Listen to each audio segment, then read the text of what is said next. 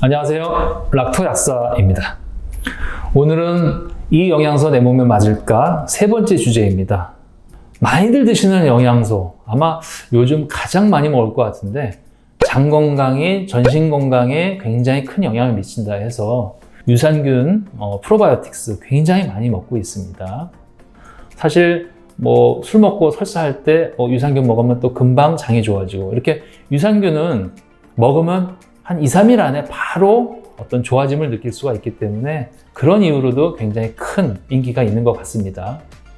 자, 그런데 프로바이오틱스 유산균 먹고 간혹 가다가 나는 장을 좋게 해주려고 먹었는데 오히려 가스가 더 생긴다든가 설사나 변비가 더 심해진다든가 이런 증상들을 경험하시는 경우가 있어요.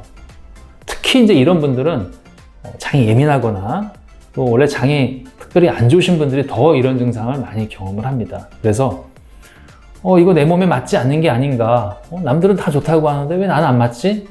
그렇게 이제 생각할 가능성이 높기 때문에 그 부분에 대해서 한번 말씀을 드리려고 합니다. 장내 미생물, 유익균이라고 이제 얘기를 할게요. 내 몸에 좋은 유익균을 먹게 되면 장에서 생기던 가스도 없애줘야 되는 게 맞아요. 근데 그거는 이제 결과적인 일이고요. 중간 과정이 있습니다. 바로 뭐냐면은 장내 미생물들도 걔네들이 좋아하는 식이섬유 같은 음식물, 인간이 소화하지 못한 것들을 소장에서 패스를 하면 대장에서 이제 받아가지고 그런 것들을 처리하는 게 장내 미생물인데, 걔네들도 그런 걸 처리하고 가스를 내뿜어요. 걔네들도 발효를 시킨다는 거죠. 그러니까 우리 생명체이기 때문에 먹고 걔네들도 트름도 할 수 있고 여러 가지 가스도 발생할 수가 있어요. 하지만 우리 인간은 그걸 느끼지 못하는 거죠. 왜? 굉장히 미량이고 굉장히 소량이기 때문에 그냥 넘어가는 겁니다. 그게 어느 정도 이상 가스 발생이 심해져야 나 가스 차네 이렇게 이제 느끼는 거예요. 그래서 평상시에는 그런 것들을 느낄 수가 없습니다. 그런데 내가 몸에 좋으라고 한 캡슐에 100억 이런 이제 유산균 제품을 탁 먹었잖아요. 그러면은 이제 가스가 감지하지 못할 정도로 생기고 있다가 이게 유산균이 또 균들이 더 확 들어오는 거예요. 그러면 이제 일시적으로 균 수가 확 늘어나면서 가스 발생량도 늘어나겠죠. 발효 양이 늘어나니까. 그러면서 못 느끼던 가스 발생을 느끼게 되는 거죠. 그래서 이건 부작용인가? 이제 이런 생각이 드는 거예요. 자, 그런데 그거는 조금만 지나면 괜찮아집니다. 왜냐면은 이제 우리 몸은 이제 장 속에 나쁜 균들이 많잖아요. 그래서 이제 좋은 균을 먹은 거죠. 그래서 이제 나쁜 균이 어느 정도 가스를 발생시키고 있었는데 좋은 균이 들어오니까 이게 전체적인 균 양은 많아진 거예요. 그래서 이제 가스 발생을 느끼다가 결국은 좋은 균이 나쁜 균을 밀어내죠. 제거를 합니다. 그러면 다시 옛날로 돌아가는 거예요. 그러면서 이제 가스 발생이 다시 옛날로 돌아가고 느낄 수가 없게 되고 좋은 균으로 대치되면서 여러 가지 좋은 작용들이 나타나는 거죠. 그런데 그 좋은 균과 나쁜 균이 같이 공존하는 시간, 사람마다 누구는 하루 이틀이 될 수가 있고요. 또는 일주일 이상 갈 수도 있습니다. 그 과정에서 가스 발생 또는 설사, 변비 이런 일시적인 증상이 심해짐을 느끼게 되는 것입니다. 설마 장에 좋은 제품을 먹었는데 장이 더 나빠질 수가 있겠어요?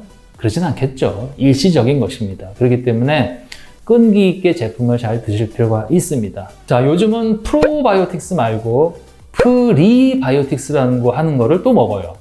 이게 바로 뭐냐면은 유산균의 먹이라고 볼 수가 있어요. 식이섬유 같은 건데 유산균이 잘 분해할 수 있는 물질이죠. 대표적인 게 FOS, 프룩토 올리고 사카라이드 또는 프룩토 올리고 당 또는 XOS, 자일로 올리고 당, 자일로 올리고 사카라이드 이런 것들이 있어요.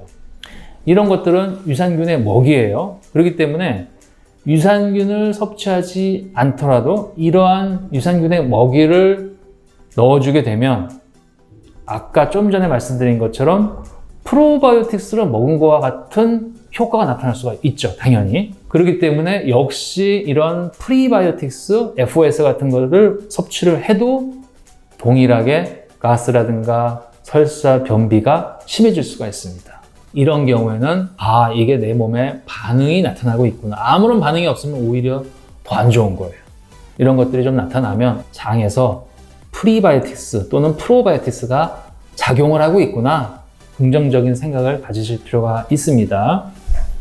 자, 특별히 이런 프로바이오틱스, 프리바이오틱스를 먹고 가스가 더 많이 생기는 경우가 더 이제 심한 경우가 있어요. 그런 두 가지 케이스가 있는데, 첫 번째가 바로 과민성 대장증후군, IBS라고 얘기하는데, 이런 것들을 앓고 있으신 분들은 훨씬 더 이런 유산균이나 프리바이오틱스를 섭취하고 가스 발생이 잘 될 가능성이 굉장히 높습니다.